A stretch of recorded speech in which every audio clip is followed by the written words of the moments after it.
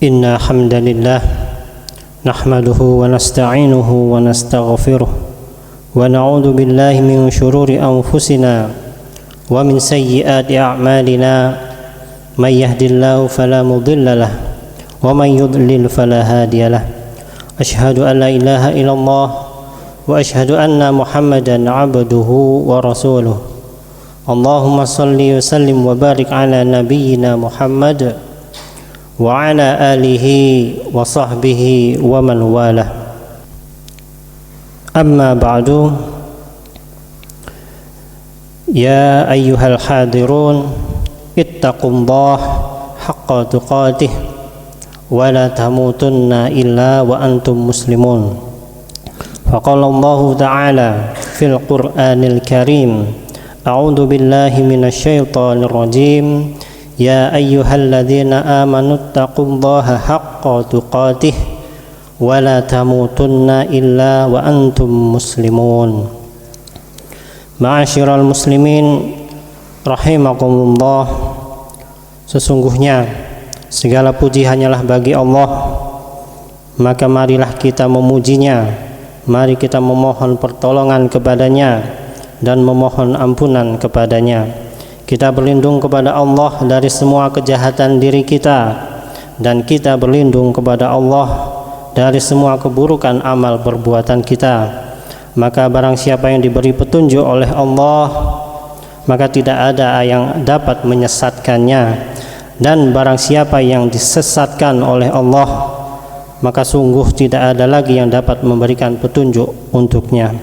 Oleh karena itu, marilah kita tingkatkan ketakwaan kita kepada Allah dengan sebenar-benarnya takwa, haqqa tuqatih, takwa yang kita wujudkan di dalam ketaatan dan dalam menjalankan segala perintahnya dengan menjauhi segala larangannya tanpa syarat dan tanpa ragu.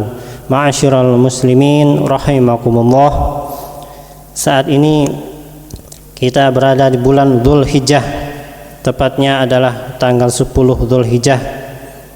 Bulan Dzulhijjah adalah salah satu dari 4 bulan yang dimuliakan oleh Allah, bulan haram yang dimuliakan oleh Allah. Di dalamnya terkumpul banyak-banyak amal yang besar. Ada amalan haji, ada wukuf di Arafah yang kemarin sudah dilakukan saudara-saudara kita, ada salat Id yang sudah kita lakukan pagi hari tadi, ada hari-hari tasyrik di 3 hari ke depan, dan tentunya adalah ibadah kurban. Berbicara mengenai bulan Dzulhijjah, maka tidak akan lepas dari sosok manusia pilihan yang bergelar Khalilullah, kekasih Allah, ialah Nabi Ibrahim alaihi salam. Kita sebagai umat Nabi Muhammad sallallahu alaihi wasallam tentu kita menjadikan Rasulullah sallallahu alaihi wasallam sebagai suri tauladan yang terbaik. Namun selain Rasulullah sallallahu alaihi wasallam, kita juga diperintahkan oleh Allah untuk meneladani Nabi Ibrahim alaihi salam. Allah sendiri yang menyatakan di dalam surat Al-Mumtahanah ayat 4, a'udzubillahi minasyaitonir rajim, qad kanat lakum uswatun hasanatun fi Ibrahim walladzina ma'ah. Sesungguhnya telah ada suri tauladan yang baik bagimu pada diri Ibrahim dan orang-orang yang bersama dengan dia. Ayat ini menunjukkan bahwa Nabi Ibrahim alaihissalam dan para pengikutnya adalah teladan yang baik untuk kita sekalian. Allah Ta'ala menjadikan kisah-kisah beliau bukan hanya seperti dongeng belaka, namun kisah beliau adalah kisah yang nyata. Kisah beliau adalah kisah yang dijadikan teladan yang baik bagi kita. Kisah beliau dan keluarganya adalah syiar dan teladan bagi umat akhir zaman. Dalam kitab Al-Bidayah wan Nihayah, Imam Ibnu Katsir menyampaikan bagaimana ujian-ujian besar yang dilalui oleh Nabi Ibrahim alaihissalam tidak menjadikannya berpaling, tetapi justru semakin tunduk dan patuh kepada Allah sampai-sampai Allah memujinya di dalam Al-Qur'an, wa idibtala Ibrahim rabbuhu bikalimatin fa'atammahun. Dan ingatlah ketika Ibrahim diuji Tuhannya dengan beberapa kalimat, yakni perintah dan larangan, lalu dia melaksanakannya dengan sempurna. Itulah mengapa beliau bergelar Khalilullah, kekasih Allah. Maka di dalam khutbah ini kami menyampaikan setidaknya ada 3 hikmah besar dari kehidupan Nabi Ibrahim alaihissalam yang patut kita teladani dan kita ambil ibrah untuk kita amalkan di dalam kehidupan kita hari ini. Hikmah yang pertama adalah tentang bersikap baik kepada orang yang berbeda pendapat, apalagi orang itu adalah keluarga kita. Di fase-fase awal kehidupan Nabi Ibrahim alaihissalam, ketika beliau masih di Babilonia, beliau diperintahkan untuk menyampaikan kebenaran tauhid kepada ayahnya sendiri. Ayah beliau bukan hanya seorang pendosa biasa. Ayahnya tidak hanya musyrik biasa, namun ia adalah produsen patung berhala, produsen alat utama dalam praktek syirik, yakni praktek dosa besar yang diperangi oleh Nabi Ibrahim. Namun meskipun berbeda keyakinan secara tajam, Nabi Ibrahim alaihissalam tetap menunjukkan adab dan kelembutan kepada ayahnya. Dalam Al-Quran Allah mengabadikan bagaimana cara Nabi Ibrahim berdakwah kepada ayahnya dalam beberapa ayat di surat Maryam. Beberapa di antaranya adalah beliau menyampaikan kepada ayahnya, ya abati lima ta'budu ma la yasma'u wa la yubsiru wa la yughni anka syai'a. Wahai ayahku tercinta, mengapa engkau menyembah sesuatu yang tidak mendengar, tidak melihat, dan tidak menolongmu sedikit pun? Di ayat selanjutnya, ya abati inni akhafu ayyamassaka adabun minar rahman fatakuna lisyaitani waliya. Wahai ayahku tercinta, sesungguhnya aku khawatir engkau akan ditimpa azab dari Tuhan yang Maha Pengasih, sehingga engkau menjadi teman bagi syaitan. Nabi Ibrahim alaihissalam tetap menggunakan panggilan ya abati, yang artinya wahai ayahku tercinta, sebuah bentuk panggilan yang lembut dan penuh hormat, meskipun apa yang disampaikan adalah peringatan yang keras tentang syirik dan azab Allah. Sikap ini menunjukkan bahwa ketaatan kepada Allah bukan diungkapkan dengan sikap kasar. Bahkan kepada mereka yang memusuhi keyakinan kita, kita dituntut untuk tetap bersikap santun dan lembut dalam akhlak, namun tegas dan jelas dalam prinsip tauhid dan keimanan. Ma'asyiral muslimin rahimakumullah. Hikmah yang kedua yakni tentang keteguhan dalam mempertahankan iman. Diriwayatkan dalam kehidupan Nabi Ibrahim, setelah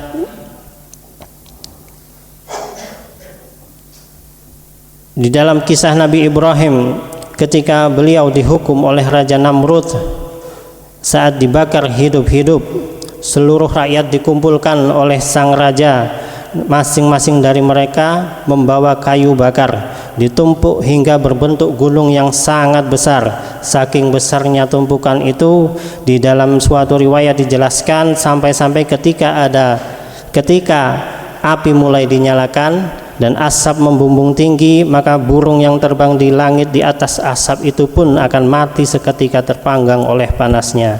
Dan saking tingginya tumpukan itu, sampai-sampai untuk menaikkan Nabi Ibrahim ke atas tungku kayu bakar itu diperlukan alat khusus untuk melempar tubuh Nabi Ibrahim ke atasnya. Semua ini dilakukan hanya karena satu hal: Nabi Ibrahim menolak untuk mengikuti keyakinan Raja Namrud dan memilih untuk mempertahankan keimanan kepada Allah. Nabi Ibrahim alaihissalam tidak goyah sedikit pun. Dalam hadis disebutkan bahwa ketika api mulai menyala, beliau hanya mengucap hasbiyallahu wa ni'mal wakil, cukuplah Allah sebagai penolongku dan dialah sebaik-baik pelindungku. Maka apa yang terjadi? Allah pun mengirim bantuannya dengan memerintahkan api menjadi dingin, sebagaimana Allah berfirman, wahai api, jadilah kamu dingin dan jadilah keselamatan bagi Ibrahim. Dan ini diabadikan oleh Allah di surat Al-Anbiya ayat 69. Keteguhan dalam iman adalah buah dari keikhlasan dan ittiba'. Maka saudaraku sekalian, dalam kehidupan kita saat ini, ketika keimanan kita diuji baik oleh tekanan sosial maupun godaan dunia, ingatlah akan api Ibrahim. Tidak ada ujian yang lebih berat dari api itu. Ma'asyiral hadirin rahimakumullah. Hikmah yang ketiga yang kami sampaikan adalah tentang ittiba'. Ittiba' adalah kepatuhan, ketaatan tanpa syarat kepada Allah. Ini adalah puncak hikmah dari kisah Nabi Ibrahim alaihissalam, dan ini ditunjukkan dalam kisah keluarga Nabi Ibrahim, di mana setelah puluhan tahun menunggu dan berharap mempunyai keturunan, akhirnya beliau pun mendapatkan putra pertama, yakni Ismail. Namun sesaat setelah melahirkan, Allah memerintahkannya untuk berhijrah meninggalkan Palestina menuju sebuah tempat yang gersang dan tandus yang kita kenal saat ini sebagai kota Mekah. Sesampainya di kota Mekah yang saat itu masih sepi, tidak ada penduduk, Allah memerintahkan Ibrahim untuk kembali ke Palestina, meninggalkan Hajar dan Ismail yang saat itu masih bayi merah di sebuah padang yang sunyi dan tandus. Seorang wanita normal akan marah kepada suaminya dalam keadaan seperti ini. Namun Hajar tahu bahwa ini adalah perintah Allah, maka ia taat dan menjalaninya. Sebagaimana dialog singkat mereka, ya Ibrahim, Allahu amaraka bihada. Nabi Ibrahim menjawab dengan singkat, na'am. Ya Nabi Ibrahim, apakah ini perintah dari Allah? Dan Nabi Ibrahim menjawab, ya. Maka Hajar pun berkata dengan penuh keyakinan, idzal la yudayyi'una. Kalau begitu Allah tidak akan menyia-nyiakan kami. Perkataan Ibu Hajar ini adalah simbol keimanan dan kepatuhan yang luar biasa. Ia ditinggalkan tanpa penjelasan panjang lebar oleh suaminya, bersama anak bayi yang masih baru lahir di tempat sunyi dan gersang tanpa sumber kehidupan. Namun ketika tahu bahwa ini adalah perintah Allah, dia pasrah total karena yakin Allah akan menjaga mereka. Berselang beberapa tahun kemudian, Nabi Ibrahim pergi ke Mekah untuk menengok Hajar dan Ismail, dan saat itu ulama tafsir menyatakan usianya Ismail sekitar 13 tahun. Maka di kesempatan itu pula Allah memerintahkan Ibrahim alaihissalam untuk menyembelih Ismail, sebuah kisah yang akhirnya kita napak tilasi setiap tahun. Perintah untuk menyembelih ini datang di dalam mimpi dalam 3 hari berturut-turut. Maka akhirnya yakinlah Nabi Ibrahim bahwa mimpi itu memang benar dari Allah. Maka ia pun melaksanakan perintah yang orang normal manapun tidak akan pernah menganggapnya masuk akal. Namun karena ittiba, kepatuhan kepada Allah, Nabi Ibrahim tetap melaksanakannya. Ia pun menyampaikan kepada sang anak, qala ya bunayya inni ara fil manami. Ya anakku, sesungguhnya aku melihat di dalam mimpiku, anni adbahuka fanzur madza tara. Sesungguhnya aku melihat dalam mimpiku bahwa aku menyembelihmu, maka pikirkanlah apa pendapatmu. Ismail pun menjawab dengan jawaban yang penuh keimanan dan kepatuhan. Qala ya abati if'al ma tu'mar. Wahai ayahku, lakukanlah apa yang diperintahkan kepada Allah. Satajiduni insyaallah minas sabirin. Insyaallah engkau akan mendapatiku termasuk orang-orang yang sabar.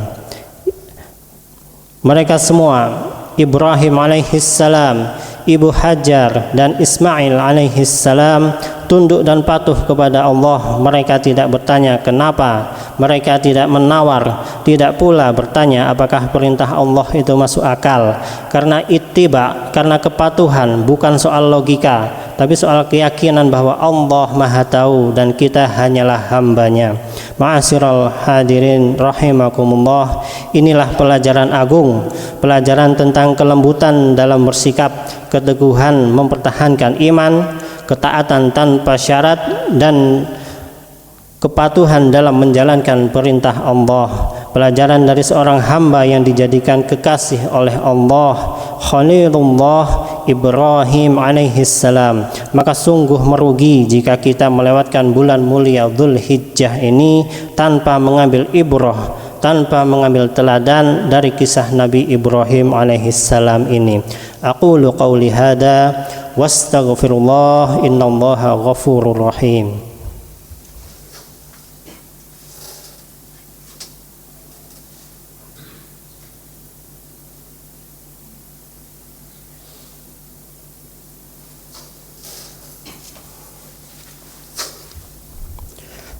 Alhamdulillahi rabbil alamin, hamdan katsiran tayyiban mubarakan fih. Asyhadu an la ilaha illallah wa asyhadu anna Muhammadan abduhu wa rasuluh. Allahumma salli ala Muhammad wa ala ali Muhammad kama barakta ala Ibrahim wa ala ali Ibrahim, wa barik ala Muhammad wa ala ali Muhammad kama barakta ala Ibrahim wa ala ali Ibrahim innaka hamidum majid. Faya ibadallah, ittaqullaha haqqa tuqatih wa la tamutunna illa wa antum muslimun. Faqala Allah ta'ala fil kitabil karim, a'udzu billahi minas syaitonir rajim. Innallaha wa malaikatahu yusalluna 'alan nabi ya ayyuhalladzina amanu sallu 'alaihi wa sallimu taslima. Allahumma salli wa sallim ala nabiyyina Muhammad wa ala alihi wa sahbihi ajma'in walhamdulillahi rabbil alamin. Allahumma ighfir lil muslimina wal muslimat wal mu'minina wal mu'minat al ahya'i minhum wal amwat innaka sami'un qaribun mujibud da'wat wa ya khadiyal hajat. Allahumma zalamna anfusana wa illam taghfir lana lanakunanna minal khasirin. Rabbana innana amanna faghfir lana dhunubana wa qina adzaban nar. Rabbana ighfir lana wa liwalidina warhamhum kama rabbawna shighara. Allahumma a'izzal islam wal muslimin. Allahumma ansur ummatan muslimina fi Gaza. Allahumma ansur ummatan muslimina fi Filistin. Allahumma ansur ummatan muslimina fi kulli makan. Rabbana hab lana min azwajina wa dhurriyyatina qurrata a'yun waj'alna lil muttaqina imama. Rabbana atina fid dunya hasanah wa fil akhirati hasanah wa qina adzaban nar. Aqimis shalah.